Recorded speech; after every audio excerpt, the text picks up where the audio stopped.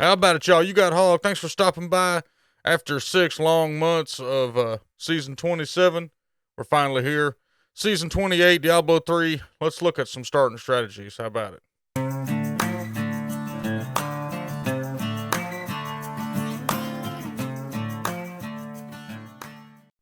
All right, so we're going to have to make a big decision before we even start. To use the cash or not to use the cash?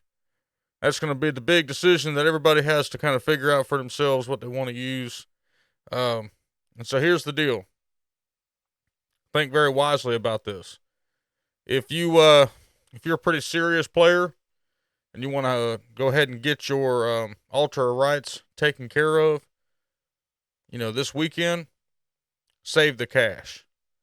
If you plan on just kind of having a similar experience to the other season starts and you want to continue that and you're not worried about really completing a lot of your stuff, then use the cash. Which one you pick, that's totally up to you. The pros and cons, I guess the kind of differences on each one. The cash will be faster to level 70. You will be able to use the cube immediately because you'll have materials to use in the cube. However, you will have a 60-hour wait for the challenge rift to reset so you can get that cash. So that is something to keep in mind. You'll be able to work on your altar rights until you get to step 15, and then you'll be stuck there for 60 to 65 hours. If you go the non-cash route, so save your cash, you'll be slower to 70, but maybe by about 60 minutes, 30 to 60 minutes is the approximate guess. You will experience a traditional level experience, meaning, I don't know, maybe just buying the game for the first time, not knowing anything, and then level yourself. Okay. Once you open a couple things on the altar of rights, you're going to level real quick. You're just not going to be able to craft legendaries or anything like that. You won't be able to use the cube for, like I just said, extracting legendaries and things like that. You won't have that because you won't have the materials. You also won't be able to gamble from Kadala because you won't have blood shards.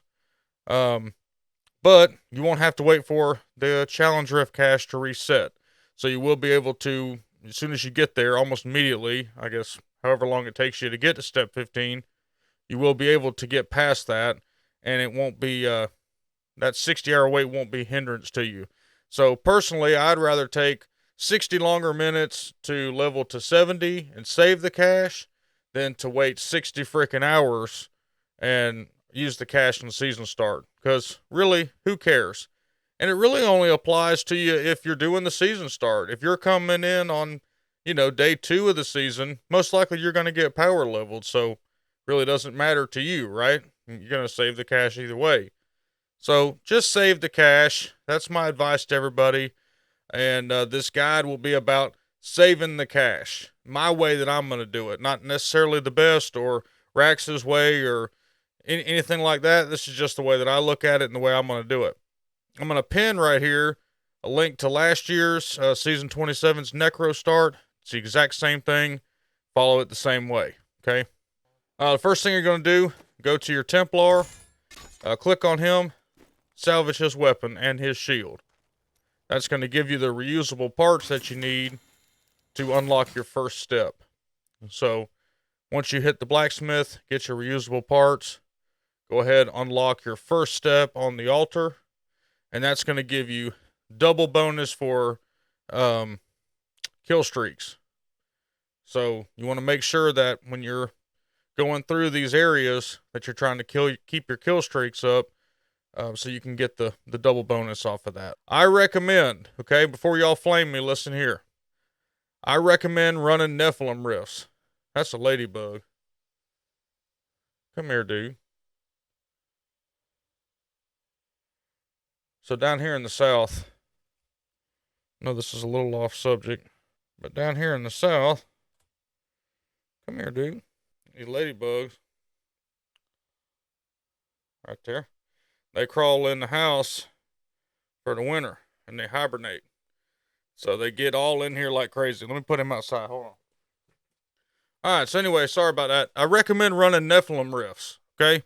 And the reason I say that, I know it's not the fastest thing, but right after you've unlocked that double massacre bonus, double XP bonus, you need to go ahead and run the Nephilim Rifts because the next thing you need requires gems, okay? And in my experience, so for the past 2 days, I kind of been testing, doing solo season starts while non-season. I've gone Zoltan Cool, I've gone Magda, I've done Skeleton King, and a couple of these other bosses during the bounty runs. No gems drop. When I do Nephilim Rifts, I get gems very quickly because goblins, right? So that's the number one reason why I recommend running the Nephilim Rifts. Besides getting the gems from the goblins or the higher probability, you're also going to get gold, materials, experience shrines, pools, item drops, all kind of stuff, right? So it's going to take you a little bit longer regardless. So you might as well get the most bang for your buck.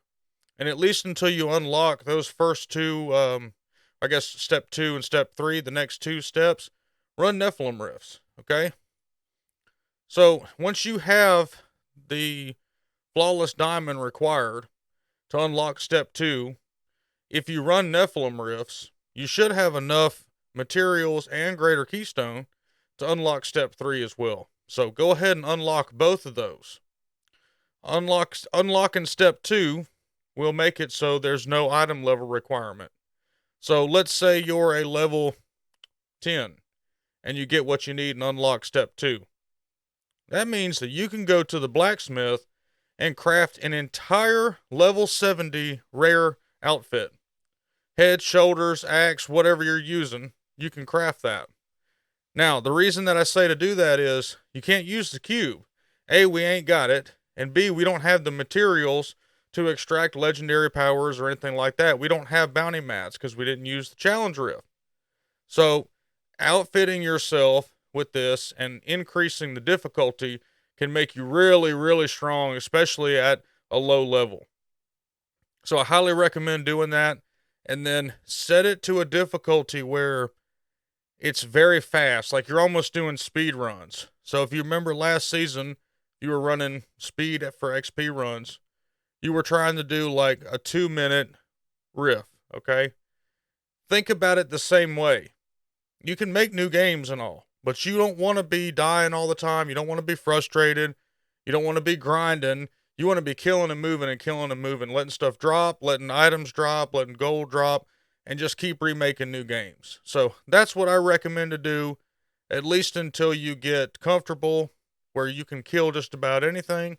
Then you can move on from Nephilim Rifts and go into something like Temple of the Firstborn, bounties, curse chests. Now, bounties is not going to be fast. It's just going to give you more mats. Okay, if you actually want to use the cube, go ahead and go get the cube as soon as you can after you get those next 2 steps unlocked. And then just run your pick of the litter right here. I recommend Temple of the Firstborn.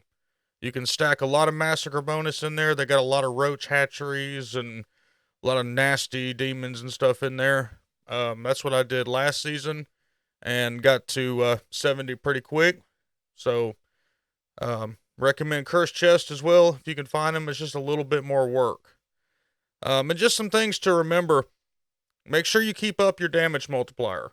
So a good character to do that with is Necromancer with Corpse Explosion, or you can pick up a Witch Doctor. And the reason I say that is because spiders, fire bats, Grasp of the Dead. See, spiders you can sit there and throw across the map and keep up your massacre bonus. Also, make sure you pick up everything you see, including tomes, book bags on the ground, stuff like that. That all gives you experience, so make sure you pick it up. Little other secrets, like when you get to like level 12, level 15, go ahead and go to King Leoric's tomb and kill him. You might get Leoric's crown to drop. Then you can put a ruby in there and get more experience that way. Make sure your pet's on, okay? Your pet's going to pick up all your gold, and once you get that certain stuff unlocked later on, it's going to pick up items and stuff like that for you. Guys, this is a lot more fun if you level in a group. It's going to level with you. It's a lot more fun if you level in a group. If you need a group to level with, join my Discord. The link is in the description, and we can get you set up. We have a couple sign-up sheets going on for teams. That will really help you blast into level 70 is doing it with a team. And y'all, the big thing is have fun. Do it at your pace. Don't worry about the competition.